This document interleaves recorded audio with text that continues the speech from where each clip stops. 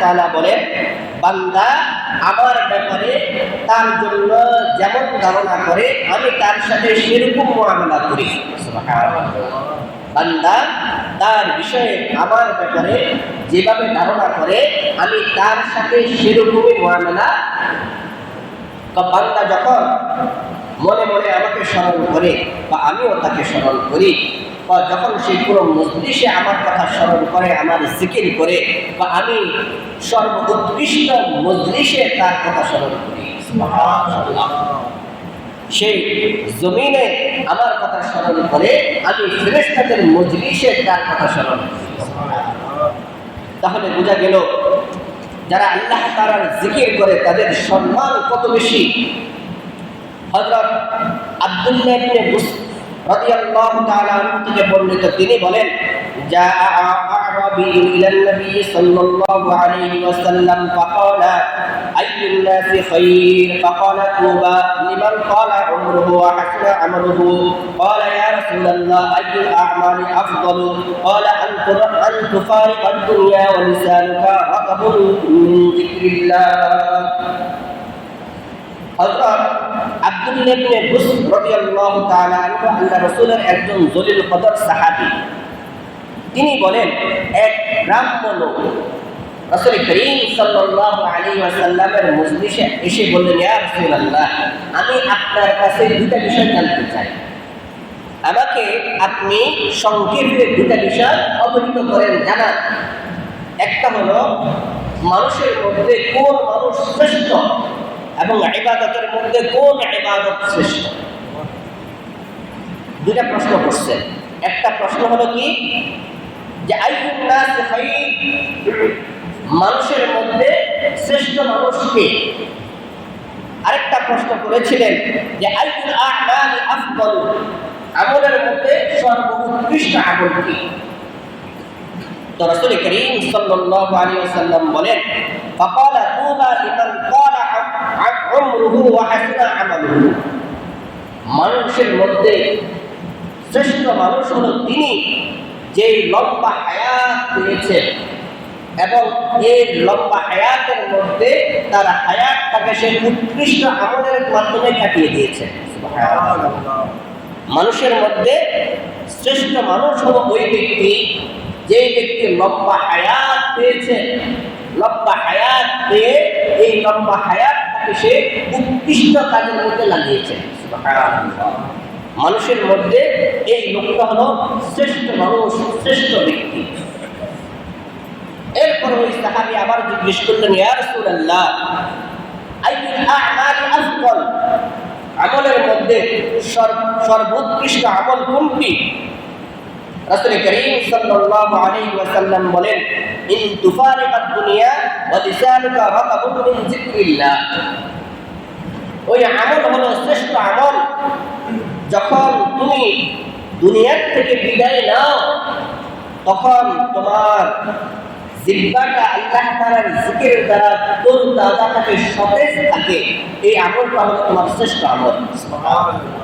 মানে এই লোকটা সদা সর্বদাই আল্লাহ তাআলার জিকিরের মধ্যে ব্যতিব্যস্ত থাকে, আল্লাহ তাআলার জিকিরের মধ্যে সদা সর্বদা ব্যতিব্যস্ত থাকার কারণে মৃত্যুর সময়ও তার জিহ্বার মধ্যে আল্লাহ তাআলার জিকির জারি থাকে। এই আমলটা হলো শ্রেষ্ঠ আমল। সহজ কথা, আগেকার জামানায় সাহাবায়ে কেরাম রাসূলের দরবারে আসতেন, ছোট ছোট আমল জিজ্ঞেস করতেন, যখন জানতেন তখন আমল শুরু করে দিতেন। তো আব্দুল্লাহ ইবনে বুসর রাদিয়াল্লাহু তাআলা আনহু বলেন, ওই গ্রাম্য ব্যক্তি এসে রাসূল করিম সাল্লাল্লাহু আলাইহি ওয়াসাল্লামকে বললেন, ইয়া রাসূলুল্লাহ, আমি তো গ্রামে থাকি, সব সময় আপনার সংসবে থাকার আমার সুযোগ হয় না, অতএব আমাকে এই দুইটা বিষয় আমি জানতে চাই, সহজে আমাকে এই দুইটা বিষয় আপনি উত্তর দিয়ে দেন। এক নম্বর হলো মানুষের মধ্যে শ্রেষ্ঠ মানুষকে, আরেকটা হলো আমলের মধ্যে শ্রেষ্ঠ আমল কি। তখন রাসূল করিম সাল্লাল্লাহু আলাইহি ওয়াসাল্লাম বলেন, মানুষের মধ্যে শ্রেষ্ঠ মানুষ হলো যে লম্বা হায়াত পেয়েছে আর এই লম্বা হায়াতটাকে সেই উৎকৃষ্ট কাজের মধ্যে ব্যয় করেছে। আর উৎকৃষ্ট আমল হলো সেই আমল যেটা যে যখন সে ইন্তেকাল করে তখন তার জিহ্বার মধ্যে আল্লাহ তাআলার জিকির জারি থাকে। সুবহানাল্লাহ। হযরত আব্দুল্লাহ ইবনে আব্বাস রাদিয়াল্লাহু তাআলা আনহুমা থেকে বর্ণিত, তিনি বলেন, ক্বালা রাসূলুল্লাহ সাল্লাল্লাহু আলাইহি ওয়াসাল্লাম, আশ-শাইতানু জাতিবুন আলা কলবি ইবনে আদম ফাইদা যাকারাল্লাহ খানাসা ওয়া ইযা গাফালা ওয়াসওয়াসা। বুখারী শরীফের হাদিস। হযরত আব্দুল্লাহ ইবনে আব্বাস রাদিয়াল্লাহু তাআলা আনহুমা থেকে বর্ণিত, তিনি বলেন, রাসূল করিম সাল্লাল্লাহু আলাইহি ওয়াসাল্লাম ইরশাদ করেন, শয়তান সদা সর্বদাই বনি আদমের সাথে লেগে থাকে।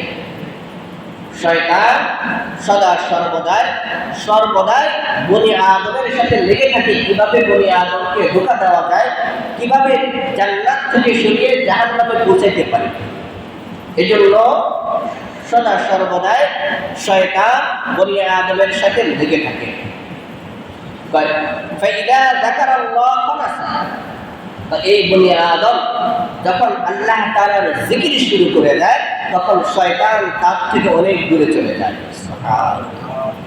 যখন বনি আদম আল্লাহ তাআলার জিকির শুরু করে দেয় তখন শয়তান তার থেকে দূরে সরে যায়। ওইটা গাফালা ওয়াসওয়াসা, যখন গাফিল হয়ে যায় তখন শয়তান তাকে ধোঁকা দেয়। এই জন্য এই বিষয়টা আমি বলি, একটা উদাহরণ দিয়ে থাকি। দেখবেন যে ঘরের মধ্যে স্বামী স্ত্রী জাগ্রত থাকে, স্বামী স্ত্রীর মধ্যে মহাব্বত, এর জন্য রাত্রে জাগ্রত থাকে, কথা বলে। আর চোর কিংবা ডাকাত যখন ডাকাতি করতে আসে কিংবা চুরি করতে আসে, দরজার পাশে এসে সে আগে দেখে যে বাড়ির মালিকরা জাগ্রত নাকি ঘুমন্ত। যদি দেখে ঘুমন্ত তখন দরজা ভাঙলে অথবা দরজার যে কোনো কৌশলের ভিতরে ঢুকে। আর যদি দেখে না এখনো ঘরের মালিকরা জাগ্রত আছে, তখন চোর কিংবা ডাকাত দূরে সরে অপেক্ষা করতে থাকে যে ঘরের মালিকরা কখন ঘুমাবে তখন সে ঘরে। ঠিক তদ্রূপভাবে মানুষ যখন আল্লাহ তাআলার জিকির করে তখন মানুষের কলবটা এরকম জাগ্রত থাকে। শয়তান তার কাছে দ্বারাও আসতে পারে না। আর যখন মানুষ গাফিল হয়ে যায়, জিকির ছেড়ে দেয়, তখন শয়তান ওয়াসওয়াসা শুরু করে দেয়। এজন্য বুখারী মুসলিমের হাদিস, আল্লাহ রাসূল সাল্লাল্লাহু আলাইহি ওয়াসাল্লাম যে বলেছেন, 7 শ্রেণীর মানুষ কিয়ামতের দিন আল্লাহ তাআলার আরশের ছায়ার নিচে থাকবে। তার মধ্যে থেকে এক শ্রেণীর মানুষ হলো কি, ওয়ারাজুলুন যাকারাল্লাহ খালিয়ান ফাফাদাত আইনা, এমন ব্যক্তি যে নীরবে নিভৃতে আল্লাহ তাআলার জিকির করে তখন তার চোখ দিয়ে অশ্রু প্রবাহিত হয়। সুবহানাল্লাহ। মানে তার অন্তরে আল্লাহ তাআলার মুহাব্বত জাগ্রত হয়ে যায়, তখন সে আল্লাহ তাআলার সাথে কথা বলে। তিরমিজি শরীফের হাদিস, আল্লাহ রাসূল সাল্লাল্লাহু আলাইহি ওয়াসাল্লাম বলেন, যে চোখ দিয়ে আল্লাহ তাআলার ভয়ে অশ্রু প্রবাহিত হয় ওই চোখ কখনো জাহান্নামের আগুনে জ্বলবে না। সুবহানাল্লাহ। যে চোখ দিয়ে আল্লাহ তাআলার ভয়ে অশ্রু প্রবাহিত হয় ওই চোখ কখনো জাহান্নামের আগুনে জ্বলবে না। তাহলে যে ব্যক্তি নিভৃতে নির্জনে একাকিত্বে বসে আল্লাহ তাআলার জিকির করে আর এই জিকিরের মাধ্যমে তার চোখের পানি ঝরে, ওই লোকটা অবশ্যই জান্নাতি মানুষ। ওই লোকটা অবশ্যই জান্নাতি মানুষ। সূরা আনফালের 2 থেকে 4 নম্বর আয়াত দ্বারা আমরা বুঝলাম যারা জিকির করে তারা খাঁটি মুমিন। আর এই হাদিস দ্বারা বুঝলাম জিকিরকারী হলো আল্লাহ তাআলার প্রিয় বান্দা, যারা কিয়ামতের দিন আল্লাহ তাআলার আরশের ছায়ার নিচে থাকবে। জিকির কাকে বলে? মূলত আল্লাহ তাআলার সকল ইবাদত হলো জিকির। আল্লাহ তাআলার সকল ইবাদত হলো জিকির। এটা আমভাবে জিকির। আর খাস কিছু আলফাজ আছে, এগুলোকে আমরা জিকির মনে করি। অর্থাৎ হাদিসের মধ্যে যে সকল আলফাজগুলো বর্ণিত হয়েছে এবং জিকির হিসাবে উল্লেখ করা হয়েছে এগুলাকে জিকির বলা হয়। মেরাজের রজনীতে যখন রাসূল করিম সাল্লাল্লাহু আলাইহি ওয়াসাল্লাম হযরত ইব্রাহিম আলাইহিস সালামের সাথে সাক্ষাৎ করলেন, তখন ইব্রাহিম আলাইহিস সালাম বললেন, হে রাসূল, আপনি আপনার উম্মতকে আমার পক্ষ থেকে সালাম পেশ করবেন। কি পাঠাইছেন? সালাম পাঠাইছেন। কে পাঠাইছেন? ইব্রাহিম খলিলুল্লাহ। তিনি বলেন, আপনার উম্মতের সাথে যখন দেখা হবে তখন আমার পক্ষ থেকে সালাম পাঠাবেন আর বলবেন, জান্নাতের মাটি খুব উর্বর। কি বলবেন? জান্নাতের মাটি খুব উর্বর, যেন বেশি বেশি করে জান্নাতে গাছ লাগায়। জান্নাতের মাটি খুব উর্বর, বেশি বেশি করে যেন জান্নাতে গাছ লাগায়। এখন জান্নাতে গাছ কেমনে লাগাবে? হযরত ইব্রাহিম আলাইহিস সালাম বলেন, বেশি বেশি যেন বলে সুবহানাল্লাহ, আলহামদুলিল্লাহ, লা ইলাহা ইল্লাল্লাহ, আল্লাহু আকবার। এই তাসবিহগুলো যেন বেশি বেশি করে কি করে? পাঠ করে। সুবহানাল্লাহ, আলহামদুলিল্লাহ, লা ইলাহা ইল্লাল্লাহ, আল্লাহু আকবার। আরো অনেকগুলো তাসবিহ আছে, যেমন বুখারী শরীফের সর্বশেষ হাদিস হযরত আবু হুরায়রা রাদিয়াল্লাহু তাআলা আনহু থেকে বর্ণিত, তিনি বলেন, আল্লাহ রাসূল সাল্লাল্লাহু আলাইহি ওয়াসাল্লাম ইরশাদ করেন, কালিমাতানি খাফিফাতানি আলাল লিসান সাকিলাতানি ফিল মিজান। যে এমন দুটা বাক্য আছে যে বাক্যটা মুখে বলতে খুব সহজ, মুখে বলতে খুব সহজ, কিন্তু এটা মিজানের পাল্লাকে ভারী করে দেয়। মুখে বলতে সহজ, কিন্তু এটা মিজানের পাল্লাকে ভারী করে দেয়। সেটা কি? সুবহানাল্লাহি ওয়া বিহামদিহি সুবহানাল্লাহিল আযীম। সুবহানাল্লাহি ওয়া বিহামদিহি সুবহানাল্লাহিল আযীম। এই শব্দটা কত ভারী! আল্লাহ রাসূল বলেন যে এটা মিজানের পাল্লাকে ভারী করে দেয়, কিন্তু মুখে বলতে সহজ, কিন্তু আল্লাহ তাআলার কাছে খুব প্রিয়। আল্লাহ তাআলার কাছে খুব প্রিয়। তাহলে যে আলফাজ আল্লাহ তাআলার কাছে খুব প্রিয়, ওই আলফাজ যারা পাঠ করবে তারা কি আল্লাহ তাআলার কাছে প্রিয় হবে না? শুধু তাই নয়, মুসলিম শরীফের একটা হাদিস আছে, আল্লাহ রাসূল সাল্লাল্লাহু আলাইহি ওয়াসাল্লাম বলেন, عن أبي مالك الأشعري رضي الله تعالى عنه قال قال رسول الله صلى الله عليه وسلم الطهور شطر الإيمان سبحان الله والحمد لله تملأ الميزان أو تملأ ما بين السماء والأرض। হযরত আবু মালিক আশআরী রাদিয়াল্লাহু তাআলা আনহু থেকে বর্ণিত, তিনি বলেন, আল্লাহ রাসূল সাল্লাল্লাহু আলাইহি ওয়াসাল্লাম ইরশাদ করেন, পবিত্রতা হলো ঈমানের অঙ্গ। পবিত্রতা হলো ঈমানের অঙ্গ। সুবহানাল্লাহ, আলহামদুলিল্লাহ, এটা মিজানের পাল্লাকে ভারী করে দেয়। আল্লাহ রাসূল সাল্লাল্লাহু আলাইহি ওয়াসাল্লাম মানুষদেরকে বোঝানোর জন্য বলেন, দেখো, আসমান এবং জমিন এর মাঝখানে যেই পরিমাণ খালি জায়গা আছে, এই পরিমাণ আল্লাহ তাআলা নেকি দিয়ে ভরে দেন। সুবহানাল্লাহ। শুধু একবার সুবহানাল্লাহ বললে, একবার আলহামদুলিল্লাহ বললে, আসমান এবং জমিনের মাঝে যেই পরিমাণ খালি জায়গা আছে, এই পরিমাণ আল্লাহ তাআলা শুধু নেকি দিয়ে ভরে দেন। কিয়ামতের দিন যখন তার আমলনামা মাপা হবে, যখন দেখবে কোনো কারণবশত গুনাহের কারণে তার নেকির পাল্লা হালকা হয়ে গেছে, বদির পাল্লা ভারী হয়ে গেছে, তখন আল্লাহ তাআলা এই যে সুবহানাল্লাহ, আলহামদুলিল্লাহ গুলো করছে নির্জনে নির্দিতে, এগুলোকে আল্লাহ তাআলা আমলের মিজানের পাল্লার মধ্যে দিয়ে দিবেন, সাথে সাথে তার আমলনামাটা ভারী হয়ে যাবে। সুবহানাল্লাহ। দেখেন, বিজ্ঞানীদের যৌবনকাল বলা হয়, বর্তমান যুগকে কি বলা হয়? বিজ্ঞানীদের যৌবনকাল। এমন কোন জিনিস নাই যে তারা আবিষ্কার করে নাই, অথচ প্রথম আসমান কোথায় এখনো তার অস্তিত্ব তারা খুঁজে পায় না। তাহলে বুঝলেন, আল্লাহ রাসূল বলেন, আসমান এবং জমিনের মাঝে যেই পরিমাণ খালি জায়গা আছে, এই পরিমাণ নেকি দিয়ে আল্লাহ তাআলা ভরে দিবেন।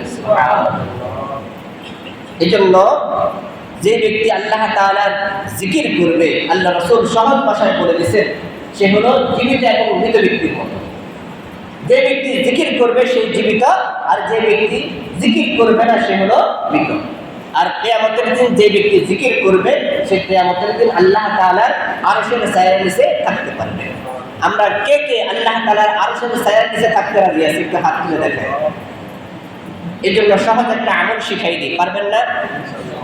প্রতি 5 ওয়াক্ত নামাজের পরে সুবহানাল্লাহ আলহামদুলিল্লাহ আল্লাহু আকবার 100 বার পড়বেন। সুবহানাল্লাহ আলহামদুলিল্লাহ লা ইলাহা ইল্লাল্লাহ আল্লাহু আকবার সবগুলো মিলে তাসবিহ মিলে কতবার? 100 বার। এরপরে প্রতিদিন সকালবেলা হোক অথবা মাগরিবের পরে হোক, মাগরিবের পরে হোক অথবা ফজরের পরে হোক 500 বার লা ইলাহা ইল্লাল্লাহ লা ইলাহা ইল্লাল্লাহ লা ইলাহা ইল্লাল্লাহ কতবার?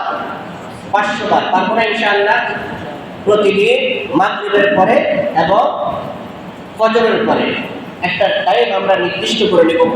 এক নির্দিষ্ট স্থানে করতে পারলে ভালো।